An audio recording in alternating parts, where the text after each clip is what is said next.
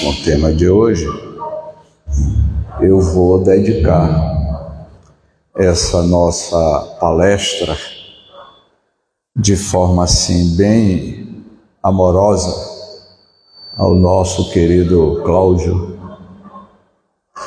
Para quem não conheceu o Cláudio, eu tive o prazer de conhecer Cláudio há quase 20 anos atrás aqui no CETRASC, uns 10 anos atrás. Eu me recordo que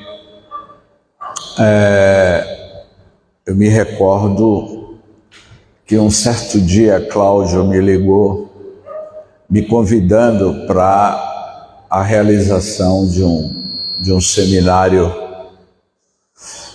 sobre a questão e a função social da Casa Espírita. E essa semana a Cláudio partiu para a realidade espiritual.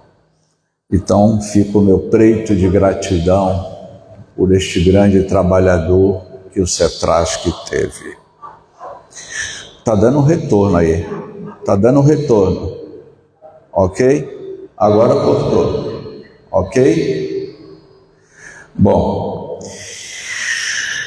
no dia 15 de janeiro de 1861, na Sociedade Parisiense de Estudos Espíritas, na França, o professor Rivail, que seria conhecido como Allan Kardec, publicaria o Livro dos Médiuns no ano de 1861. Quando Kardec publicou o Livro dos Médiuns, ele já tinha publicado o Livro dos Espíritos, e dentro do Livro dos Médiuns, ele vai revelar a realidade entre o mundo espiritual e o mundo físico. E que a ciência daquela época, a astronomia, as ciências exatas, os filósofos daquela época, da Paris, do século XIX, da década de 60, os eminentes pensadores em Paris, na França, eles ainda tinham as ideias de Auguste Comte, e algo sobrenatural para eles estava sendo revelado com uma nova revolução. Ficou bom aí? Uma nova revolução. Tá ótimo. Uma nova, estão me ouvindo bem? Uma nova revolução. A grande revolução que o mundo estava boquiaberto com uma onda de fenômenos que estava assolando os 4 cantos do planeta Terra. Aqui na Bahia, no ano de 1861, há 163 anos atrás, aqui na nossa capital, especialmente na região em que vocês conhecem hoje como Praia do Forte, na região da Praia do Forte, no ano de 1861, era uma grande vila de pescadores, e lá tem o Castelo Garcia Dávila, e que certamente vocês conhecem a história de Garcia Dávila, e que hoje só tem os escombros.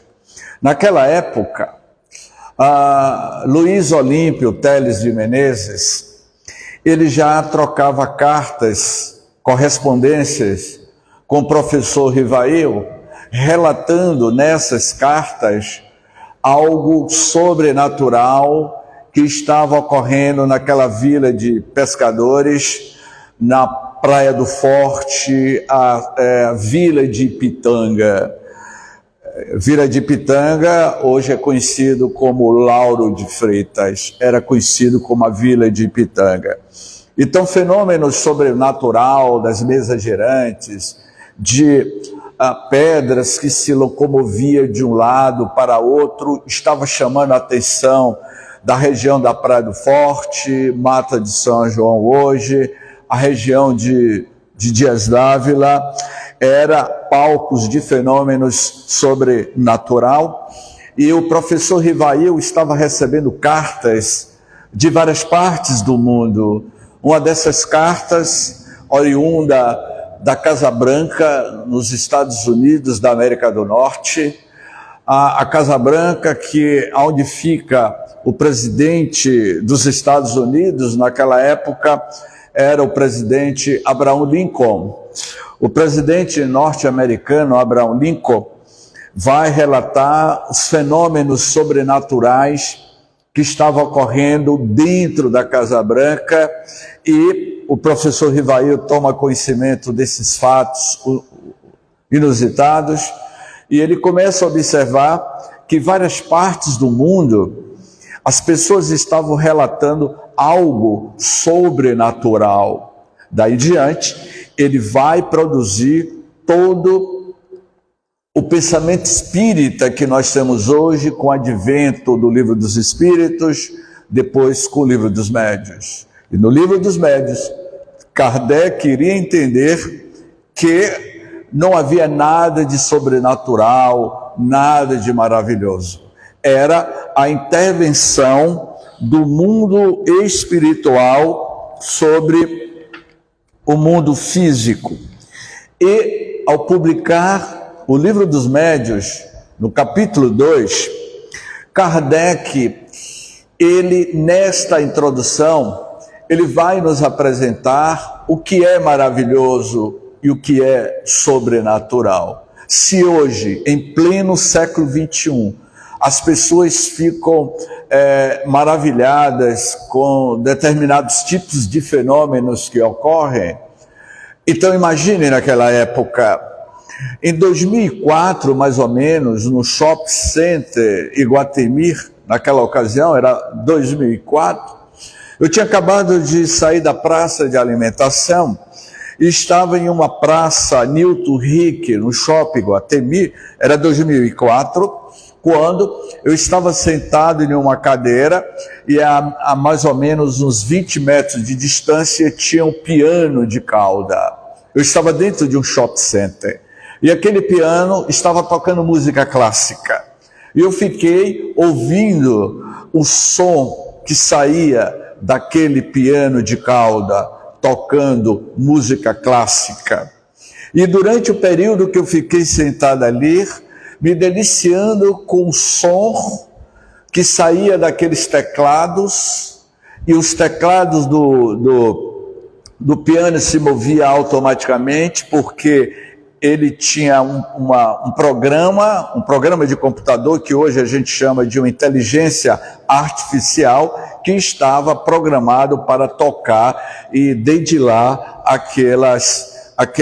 os teclados do piano. Eu sabia que era uma programação de um computador que estava movendo aqueles teclados. Eu sabia disso, eu tinha conhecimento disso. Qualquer um de nós sabe que é uma programação eletrônica. Mas o que me chamou a atenção foi um senhor usando uma roupa, uma farda de uma construção civil.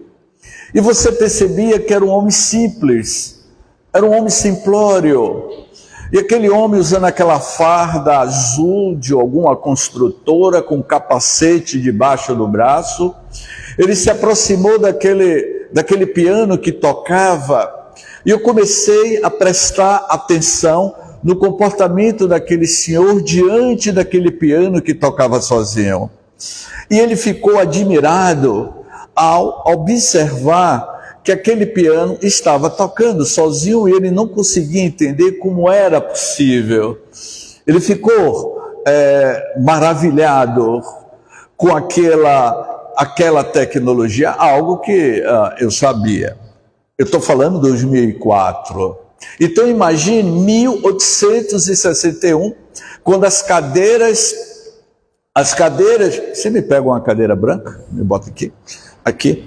Imagine as cadeiras, as cadeiras girantes, e que os espíritos atuavam. Eu não vou fazer a cadeira levitar não, viu? O meu magnetismo ainda é muito fraco. Mas imagine, há 160 anos atrás, você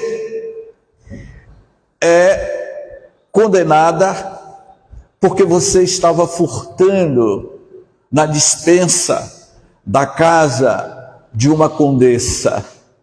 E a mulher que trabalhava nessa residência desta condessa, a condessa moveu uma ação judicial contra aquela mulher e o juiz marcou a data da audiência. Esse fato que eu estou relatando para vocês foi publicado na primeira página, se eu não me engano, do Le Figaro, que é um dos jornais mais antigos, o Le Monde, que é um dos jornais mais antigos da França, que até hoje ainda circula na França. E marcar a audiência, e diante do juiz, e diante daquela plateia, a pobre mulher seria condenada. E a condessa, questionado pelo juiz, o juiz pergunta à condessa: você tem prova de que esta mulher estava furtando na sua casa?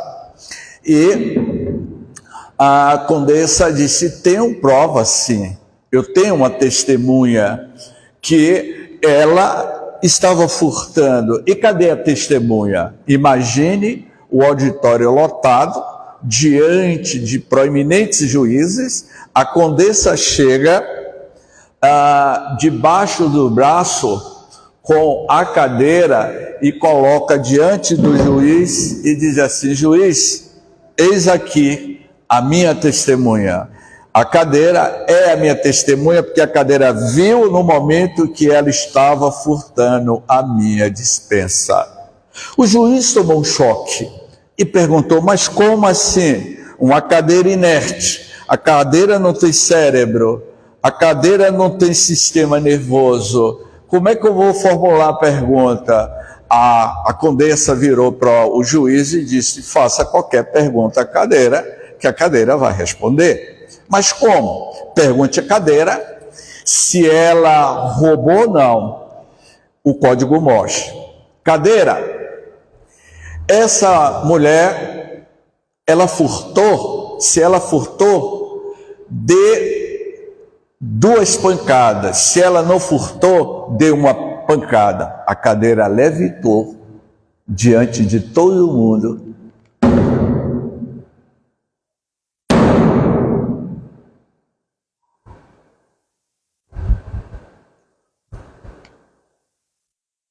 Maravilhoso, sobrenatural. O que foi que aconteceu? Houve um reboliço em Paris, saiu na primeira página do Le Figaro. A cadeira condena uma mulher que furtava na despensa da casa da condessa. Saiu na primeira página. Agora, faça alguma pergunta à cadeira. Pergunte à cadeira. 163 anos depois, ela não vai responder, porque hoje nós vivemos uma nova revolução moral e espiritual.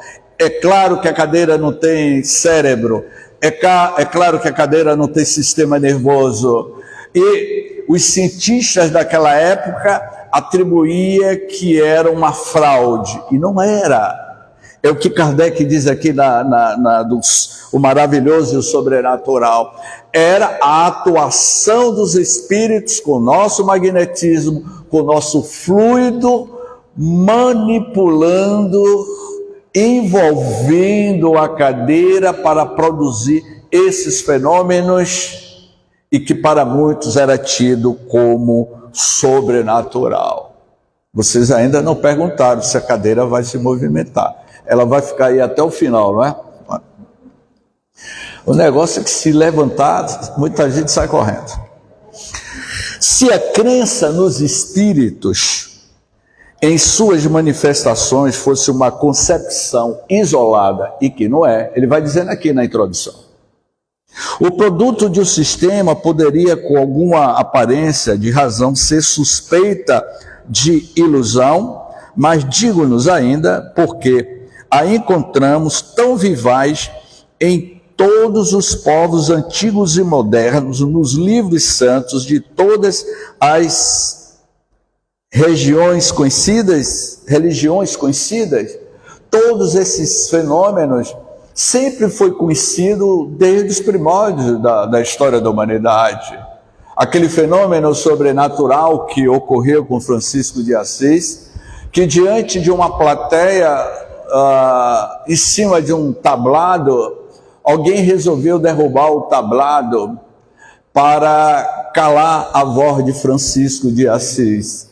E quando Francisco de Assis estava na sua pregação, alguém amarrou uma corda no pé do tablado e puxou. Ao puxar para derrubar Francisco de Assis, ele ficou levitando. Ele levitou diante de uma multidão e foi tido como sobrenatural, algo inusitado.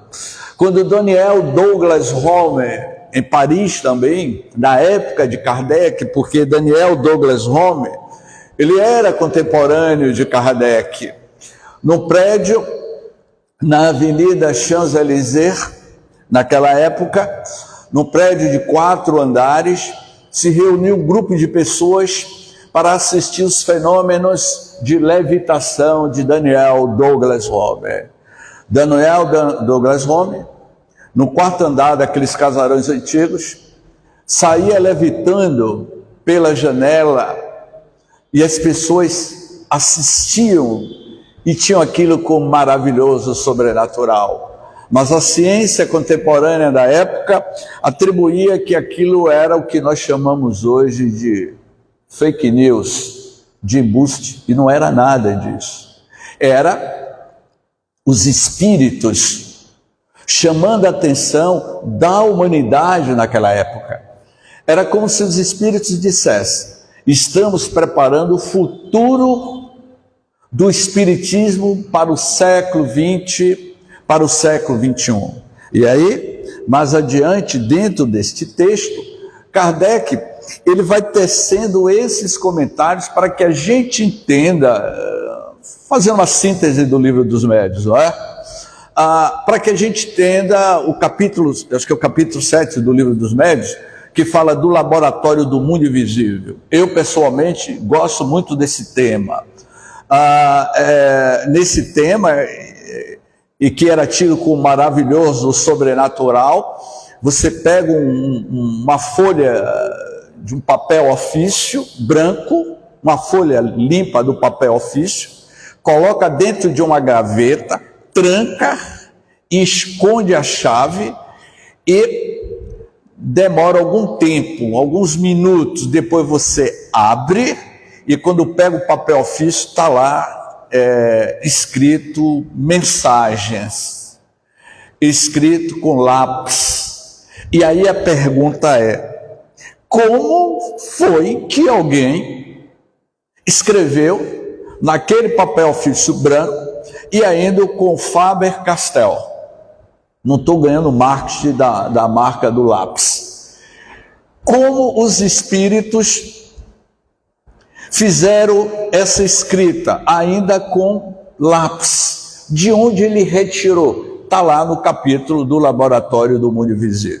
Então, o que Kardec prepara na introdução deste livro, deste maravilhoso e sobrenatural, é exatamente dizer que não existe nada de sobrenatural e maravilhoso. São os fenômenos da atuação do mundo extrafísico para o mundo material. A questão 459 do Livro dos Espíritos deixa perfeitamente claro esta questão quando Allan Kardec formula a pergunta: os espíritos atuam sobre nossas vidas? Esses espíritos que povoam o mundo espiritual, esses espíritos que andam na avenida, me esqueci o nome aqui dessa avenida, Conde de Porto Alegre, os espíritos que andam na rua Conde de Porto Alegre, os espíritos que pegam o ônibus coletivo, os espíritos que estão dentro dos aviões, no jogo do Bahia e Vitória. Se você é Bahia na terra, você vai continuar no mundo espiritual torcendo para o Bahia, porque não muda nada. Esses espíritos interferem em nossas vidas. A questão 459 que Kardec respondeu. Eu estou contextualizando o que Kardec perguntou. Bem mais do que vocês imaginam, de ordinário são eles que vos conduzem os vossos pensamentos. Ou seja, esta sociedade invisível está constantemente interagindo com cada um de nós no nosso dia a dia, de acordo com o tipo de padrão mental que nós estamos estabelecendo. É o teu pensamento que vai atrair essas entidades espirituais, quer sejam as entidades da luz ou entidades da sombra. Então Kardec, ele vai desmistificando que não há nada de sobrenatural, mas que tudo é explicado quando ele diz que, aqui neste capítulo, ele diz: aquele que ataca o espiritismo, e ele ainda se preocupa em dizer que havia opositores ao espiritismo, que atacavam o espiritismo. Na década de 90, nós fomos atacados, eu estou dizendo, eu fui atacado, na ladeira da Água Brusca, início dos anos 90, há uns 30 anos atrás. Eu fui atacado, imagine naquela época. Eu peguei um táxi e o taxista me perguntou: você já tem Jesus em seu coração? Eu respondi para aquele taxista que sim. E qual é a religião, a sua religião que você professa? E aí foi o veredito final: eu sou espírita. Eu não acho que eu sou espírita. Você é espírita? Eu sou espírita. Eu não sou frequentador de centro espírita. Eu sou espírita. E quando eu disse a ele que era espírita, aquele taxista, no início dos anos 90, virou para mim e me atacou e me disse que eu era filho de Satanás e do demônio. E que eu era filho de Satanás e demônio. E aí eu virei para ele e disse: o senhor está me desrespeitando, que eu peguei a corrida para o senhor me levar até o local aonde eu estou indo, e o senhor está me desrespeitando. Mas está aqui na Bíblia que conversar com os mortos é coisa de Satanás. Isso em pleno, na década de 90. Então imagine isso no século XIX. Esses opositores que Kardec fala, ele parou o táxi na porta da loja de minha mãe na época. Eu paguei a corrida e ele pegou a Bíblia e começou a chamar a minha mãe, meu pai, filho de Satanás e capeta, e por aí vai. O que eu estou querendo dizer a vocês: aqueles que atacam o espiritismo em nome do maravilhoso se apoiam então geralmente no princípio materialista.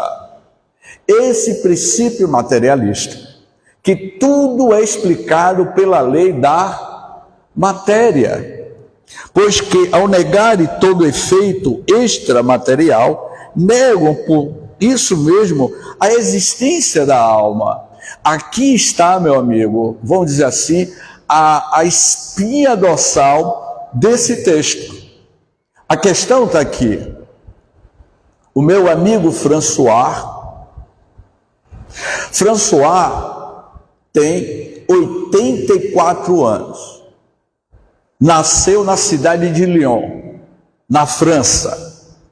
François, ele divide a vida dele entre a França, Lyon, a ilha da Córcega, que é uma ilha no Mediterrâneo, pertencente à França, e aqui em Salvador. Quando ele está aqui em Salvador, ele está no Santo Antônio Além do Carmo. Ele mora aqui em Salvador e mora lá em Lyon.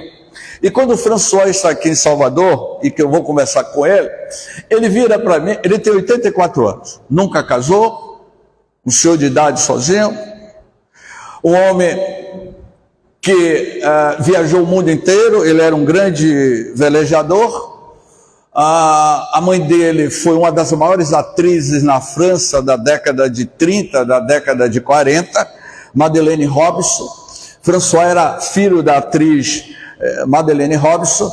Então era um jovem que teve um estudo acadêmico, e hoje ele está com 84 anos, e quando eu vou conversar com ele sobre espiritismo na França, ele me diz assim, James, no sotaque carregado do francês com o português, ele me diz assim, Ney, não acredito, hipótese alguma, de que existe vida após a morte. Não existe nada disso. Você está totalmente equivocado, Ney. E o que você acha que quando a pessoa morre? Volta por nada. Acabou. Mas François, 84 anos de vida, você está construindo um legado, você construiu uma história. Você tem uma história que dá para escrever um livro, uma biografia das suas viagens como velejador. Mas, Ney, olha meu estado em que eu me encontro. A doença da senectude, da velhice. Eu não acredito. Então, quando você morrer, o que você acha? Eu vou virar pó, acabou. É isso que ele pensa. E como muitos franceses, muita gente pensa. Então, o maior opositor do espiritismo é o materialismo.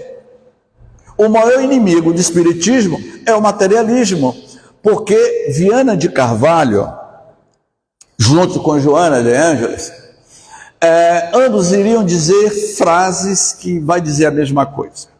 A consciência de sono profundo. O que é uma consciência de sono profundo? São pessoas eminentemente materialistas, que acha que a vida só é aqui na Terra. Viver esse estado de consciência de sono são pessoas que reencarnam, vivem nessa vida de consumir, de ter e ser, de ter bens materiais, acha que a vida é só conquista de bens materiais e não valoriza os valores espirituais. E quando essa pessoa desencarna, ele toma um choque tremendo em perceber que a vida não acaba na matéria e que existe uma vida estuante completamente diferente da nossa. E aí ele vai apresentar algumas proposições dentro desse maravilhoso e sobrenatural, fazendo um contraponto, o que a ciência contemporânea naquela época não aceitava. Se a ciência na atualidade não aceita, imagine naquela época. Dr. Ian Stevenson, ele não era religioso, ele era um psiquiatra norte-americano lá da Califórnia. Dr. Ian Stevenson, ele publicou nos anos 80 um livro, eu vou falar na tradução em português, Reencarnação e Biologia, onde a reencarnação e a biologia se intersectam. Ao publicar esse livro, Dr. Ian Stevenson, ele vai dizer que as crianças têm lembranças de vidas passadas. Que as crianças que nascem com marcas de nascença, que foi a história de Roque Jacinta, uma garota que nasceu com a cicatriz de 35 centímetros na cabeça, vítima de uma pancada que ela tomou e desencarnou na sua última existência. Essas crianças lembram das suas vidas passadas. Dr. Ian Stevenson escreveu esse livro e provou, ele fez o estudo e provou. Os eminentes pensadores da época fizeram uma crítica tamanha contra o Dr. Ian Stevenson. Hoje, nos nossos dias atuais, tem pessoas negando o espiritismo, negando a psicografia de Francisco Cândido Xavier, contestando o livro Nosso Lar, pelo suposto espírito André Luiz. Se hoje as pessoas, tem pessoas com todo o desenvolvimento de conhecimento, está negando, imagine naquela época. Até parece que Kardec sabia o que iria acontecer daqui de 1861 até os nossos dias atuais, são 163 anos da publicação do Livro dos Médiuns. E nessa proposição ele diz assim: todos os fenômenos espíritas têm por princípio a existência da alma, sua sobrevivência ao corpo e suas manifestações. E os contraditores tentavam tudo explicar pela ótica do materialismo. E na segunda proposição ele diz assim: estes fenômenos estão fundados numa lei da natureza. Não tem nada de maravilhoso, nem de sobrenatural, no sentido vulgar destas palavras. Não tem nada de sobrenatural. Eu estou vendo um fenômeno acontecendo aqui. Olha, está se movendo. Ela está se movendo, a fruta.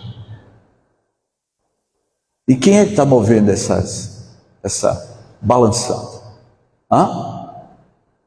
Vamos lá. Eu estou achando fenomenal isso.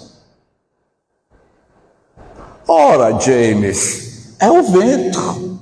Sim, é o vento. Mas você pode pegar o vento, sentir o vento? Ontem eu assisti Frozen 2. Ontem eu assisti Sessão da Tarde. Eu assisti ontem Frozen 2. E os fenômenos da natureza de Frozen. E algo me chamou naquele programa de ontem. Eu olhei aqui o movimento da planta, do artificial. Era que tinha o vento que se comunicava com Frozen. O que eu quero dizer que todos nós estamos mergulhados em algo do mundo invisível. Na quarta proposição de apresentação que Kardec formula, ele diz o seguinte: entre os fatos qualificados de sobrenaturais, há muitos cujas impossibilidade o Espiritismo demonstra e que alia entre as crenças supersticiosas. Que crenças supersticiosas são essas? Havia muitas superstições naquela época, contextualizado. Não passe por debaixo de uma escada. Se você vê um gato preto cruzando a estrada, é presságio de que algo pode acontecer. Não use roupa preta dia de sexta-feira, porque a roupa preta pode atrair espíritos negativos.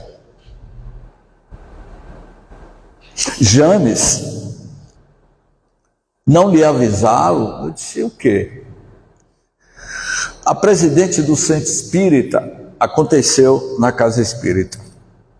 James, não lhe avisaram que você não poderia vir com camisa escura fazer palestra aqui no Centro Espírita? Eu disse não, para mim era novidade.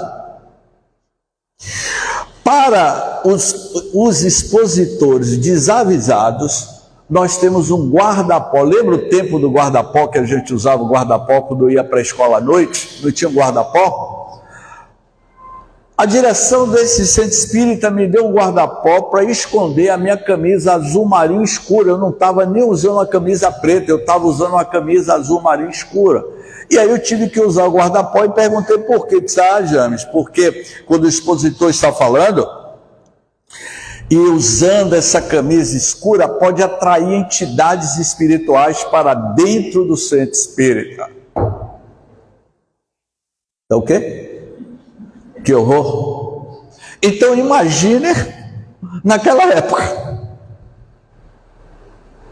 Isso aconteceu há muitos anos atrás. Eu já passei por essas experiências.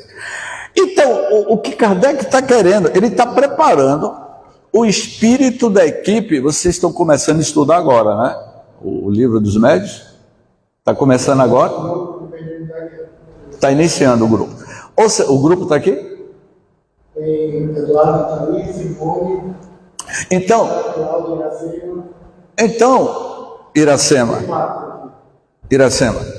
esse texto ele está preparando o espírito do que você vai achar impressionante. Eu não vou dar spoiler aqui nos outros capítulos. Não vou dar spoiler. Esse sobrenatural é uma preparação prévia que esteja desarmado para entender como os espíritos mistificam. Posso dar um preâmbulo rapidinho? Eu passei com tarefa, não entro no sábado se não assistir a tarefa. É tarefa do grupo. As mistificações, animismo. Meu irmão, você está falando a verdade? Eu estou com ele. Eu estou com ele. Sou eu que estou criando dor de cabeça nela. Os vômitos que ela tem, sou eu que estou provocando. Meu irmão, você está falando com a verdade? Agora mesmo eu estou lá ao lado dela. Eu estou lá na casa dela. Ela está deitada e eu estou na cabeceira da cama dela provocando enxaqueca dela. Meu irmão, você está falando a verdade. Este fato eu presenciei dentro da reunião mediúnica da Associação Espírita Humberto de Campos, aqui no Palmiúdo, e quem estava como doutrinador, dialogando com essa entidade, era meu pai, João Firmino. E ele foi duro, que eu nunca vi um doutrinador ser duro nos anos 70. Eu, com 10 anos de idade, eu já frequentava a reunião mediúnica. Hoje, nem pensar criança de 10 anos. Mas com 10 anos, eu já participava das reuniões mediúnicas. Na realidade, meu pai estava desmascarando a entidade que estava mistificando. Eu estou fazendo essa narrativa da experiência de meu pai, porque está aqui dentro do livro, quando trata das mistificações. E aí, meu irmão, você está dizendo que está lá na casa dela? Ela está aqui, ao meu lado. Só que a moça que ele estava se referindo, estava lá na reunião mediúnica. E aí, quando meu pai desmascarou ele, foi embora. Quer dizer, essa reunião mediúnica aconteceu na metade da década de 70, que doutrinador naquela época tinha muito mais, sabe? Autoridade moral, Iracema, né? A autoridade moral, que é um dos capítulos que ele fala aqui no livro. Você tem que ter autoridade moral. Então Kardec faz todo esse preâmbulo, e no item 6 aqui, ele diz assim: julgar o espiritismo pelos fatos que ele não admite é provar ignorância e tirar todo o valor de sua opinião. Eu não consigo entender, confesso a vocês, com todo o desenvolvimento tecnológico, pessoas com conhecimentos acadêmicos, intelectuais, pessoas de formações em PhD. Por uma questão ética, eu não vou dizer qual é a formação dessa pessoa. Longos anos como grande orador espírita aqui no Brasil, e de uma hora para outra ele nega tudo. Eu fico a me perguntar, será que eu não entendi o que Kardec apresentou para a humanidade? A explicação dos fatos admitidos pelo Espiritismo, suas causas e consequências morais, constitui toda uma ciência e toda uma filosofia que requer um estudo sério, perseverante e aprofundado. Foi por isso que, nas reuniões mediúnicas de Humberto de Campos, o jovem James Ney, ainda adolescente, ébrio de esperança, de querer estudar, de querer aprender o Espiritismo, eu ficava questionando os espíritos através dos médiuns. Meu pai me levava para a reunião mediúnica e eu estava vislumbrado com esse mundo sobrenatural. Eu queria saber como é que é a vida do outro lado da vida. Eu queria saber como é que é a sociedade do mundo espiritual. Eu gostaria imensamente de saber, Iracema, como é que os espíritos se vestem, se eles frequentam a Magazine Luiza, se eles compram em algum shopping center no mundo espiritual para usar roupa. Eu queria saber como é que os espíritos se alimentam. Eu queria saber se existe residência, porque André Luiz vai dizer em nosso lar que na residência de Lísia tinha uma cozinha, tinha uma sala e um banheiro para tomar banho. E tinha um piano na sala onde eles tocavam, e disse, banheiro, cama, na colônia Nosso Lar. Opa! Eu questionava isso e os espíritos, através dos médiuns, diziam assim, você é muito perguntador. Porque eu estava querendo aprender. Porque me chamava a atenção. Então Kardec, ele diz assim, eu vou repetir. A explicação dos fatos admitidos pelo Espiritismo, suas causas e consequências morais, constitui toda uma ciência e toda uma filosofia que requer um estudo sério, perseverante e aprofundado. O nosso amigo que coordena o estudo, né? É você? Questione ele, Iracema. Alfinete ele. Coloque ele na parede. Questione. Sim. O James falou lá de Nosso Lar que André Luiz estava... Essa eu vou jogar para você responder depois, viu? O James falou que André Luiz estava lá num centro dos mensageiros e dialogando com as entidades, eles estavam vendo em tempo real imagens do umbral. Se eles estavam na sala e na colônia Nosso Lar, diante de um aparelho tecnológico, e ao mesmo tempo eles estavam vendo a região do umbral, que tipo de tecnologia era essa na década de 40? Salvando a sua pele, eu vou responder. Obrigado. Drone, Iracema. Só agora que eu entendi, o livro foi publicado em 1940. O mundo espiritual é pura tecnologia. E quando André Luiz estava no centro dos mensageiros, traduzindo, no centro de comunicação, André Luiz perguntou, mas como é possível? A gente está aqui na colônia Nosso Lar, e a gente está vendo em tempo real as imagens da região do umbral. Quando o drone começou a surgir, eu entendi, são os drones que o mundo espiritual já tinha. Esses drones vão a essas regiões. O que eu estou narrando está lá no livro Nosso Lar, eu estou contextualizando para os nossos dias atuais. E o livro Voltei, de Irmão Jacó. O livro Voltei, Jacó, ele fica impressionado com a tecnologia que é utilizada nas colônias espirituais. Então, Kardec, ele diz que estejamos preparados para os grandes novos adventos que o mundo iria nos apresentar. E concluindo,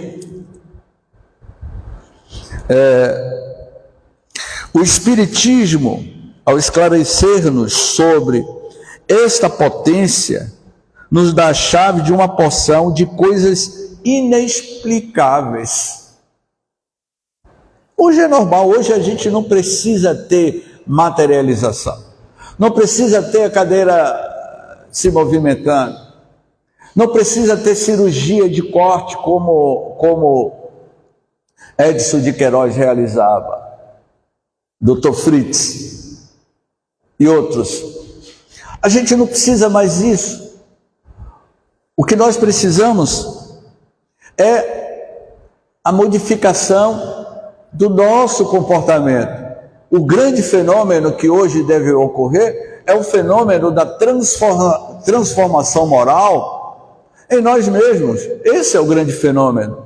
É a luta titânica com você mesmo. E concluindo, o Espiritismo, ao esclarecer-nos sobre esta potência, nos dá a chave de uma porção de coisas inexplicáveis por qualquer outro meio e que puderem, em tempos recuados, passar por prodígio.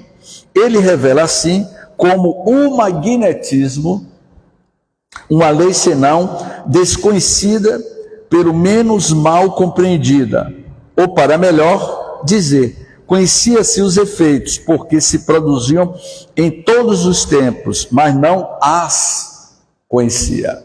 Concluindo, o maravilhoso e o sobrenatural, naquele célebre diálogo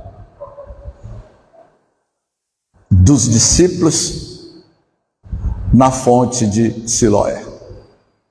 E muito bem retratado pela série que está no Netflix.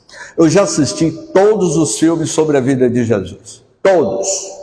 Já assisti todos os filmes sobre a vida de Jesus. O cineasta italiano Franco Zeffirelli, Jesus de Nazaré, aquele Jesus de Nazaré de olhos azuis. Jesus não tinha olhos azuis, mas de Franco Zeffirelli, cineasta italiano.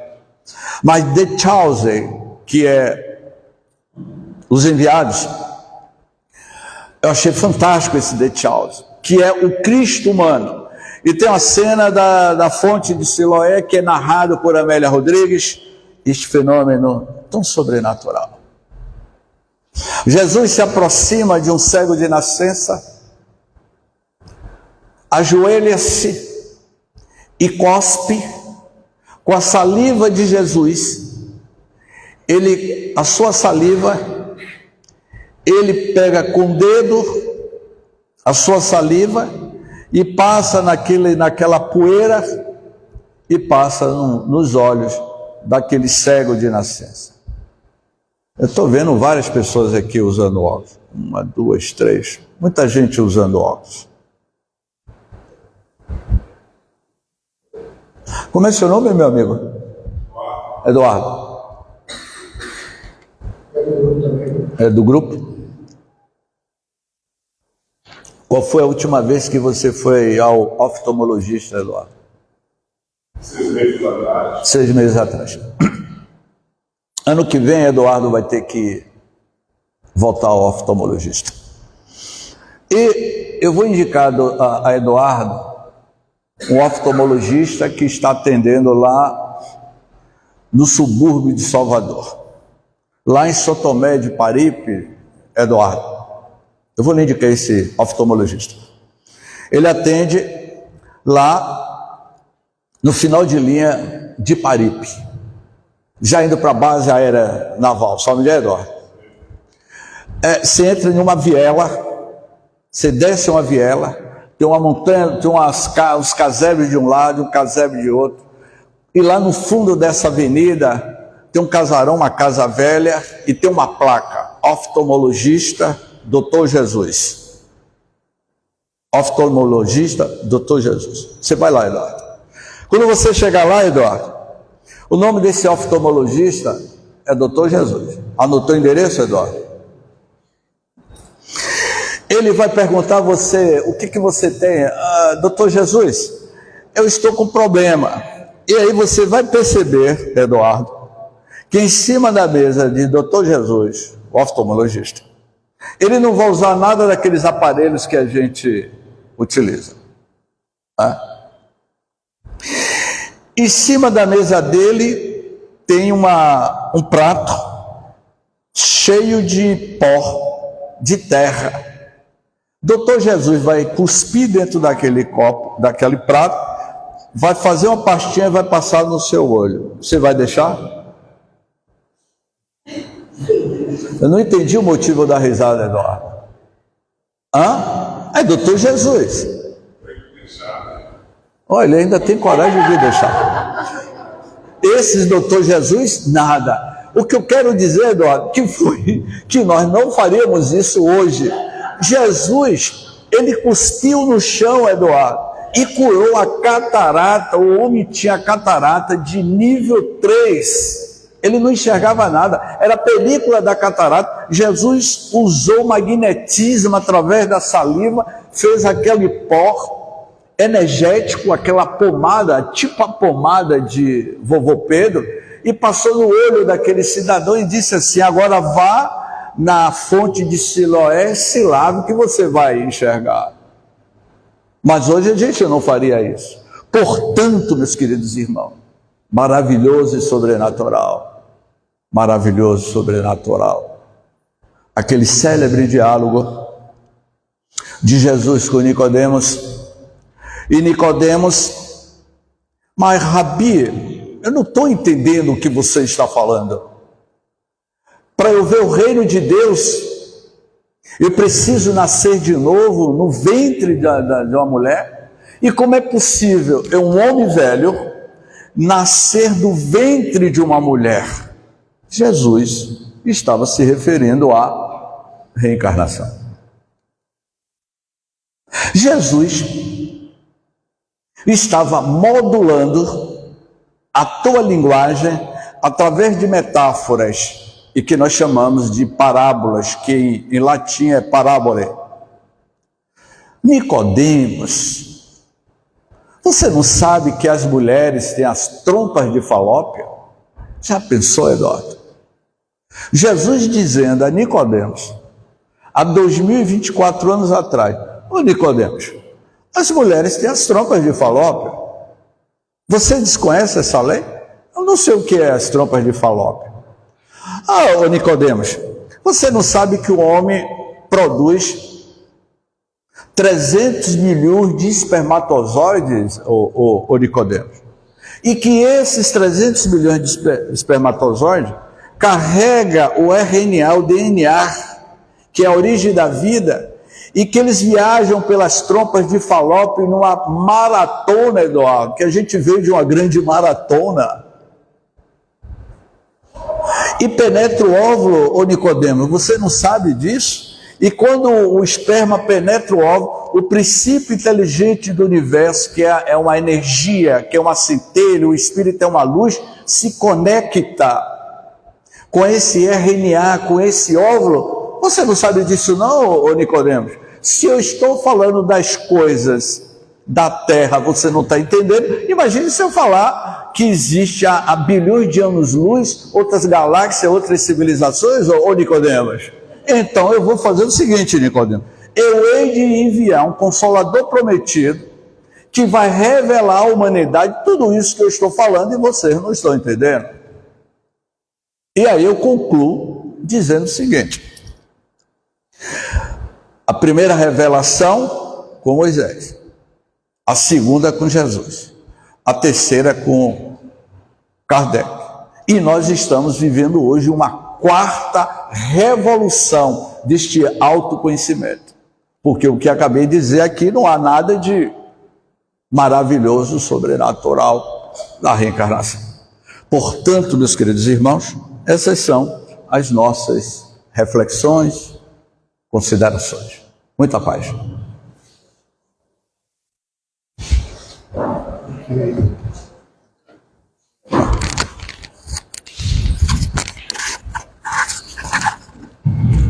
Bom, grato Geminei pelas palavras, pela reflexão, né?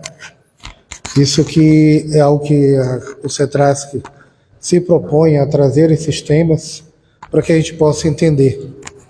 Uma vez no grupo de estudo, nós estávamos fazendo uma reflexão muito interessante de perceber por que o Livro dos Espíritos surge em 1857. Por que não foi em 1700? Por que não foi em 1500? Né? E uma reflexão que nos trouxe foi pensar que até então o que tínhamos era o maravilhoso e o sobrenatural. Tudo era mágica ou bruxaria. Só que aí vem o advento da ciência. E surge nesse momento a eletricidade, o vapor, né, máquina, trem. Começa a surgir as leis da física, as leis da química, as leis da mecânica. E nesse momento que o mundo começa a acreditar fortemente nessas leis, o espiritismo surge. Porque aí é interessante, porque você não tinha mais os elementos de dizer que era sobrenatural, simplesmente. Porque você dizia, era a força da gravidade, é a eletricidade. O espiritismo vem no momento onde essas leis já estavam postas, e dizia àqueles que não acreditavam, prove aí, você está dizendo que não acredita, que não acontece. Você já tem a sua lei para provar. Prove que não é. Então, esse percurso que o James traz para a gente essa noite, nos instiga a não só ler esse livro, mas pegar toda a codificação, a fazer parte desse processo, dessa nossa quarta revolução. Tá? Fica esse convite. Queremos convidar os médios passistas em casa. Pelo adiantado da hora, nós vamos fazer coletivo, tá bom? Então, aqui na frente, Cândida. Isso.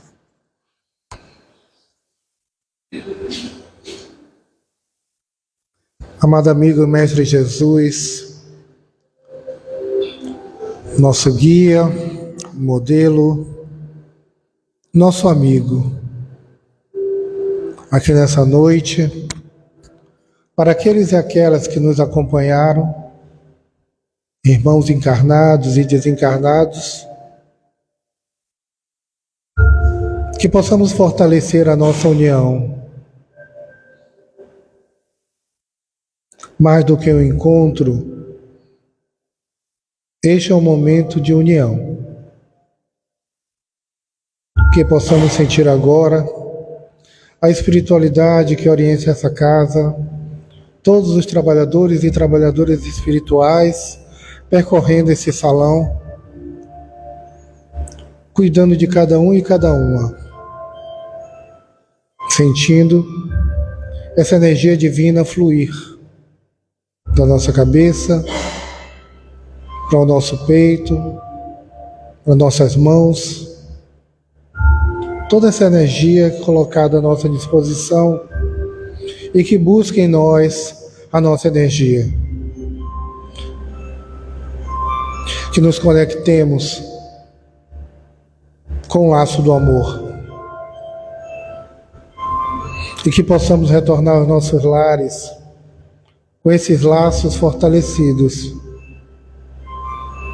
para que possamos cada vez mais nos unir àqueles que nos esperam.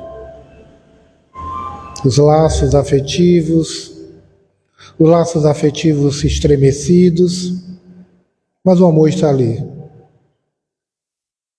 Que possamos então retornar às nossas casas. Que Deus abençoe a cada um e cada uma. E que possamos ir em paz. Uma boa noite. Uma boa noite. Que assim seja.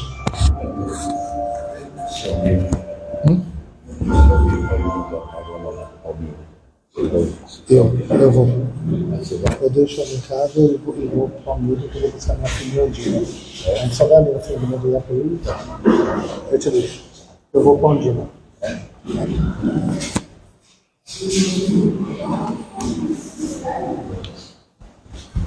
A filha sai da escola.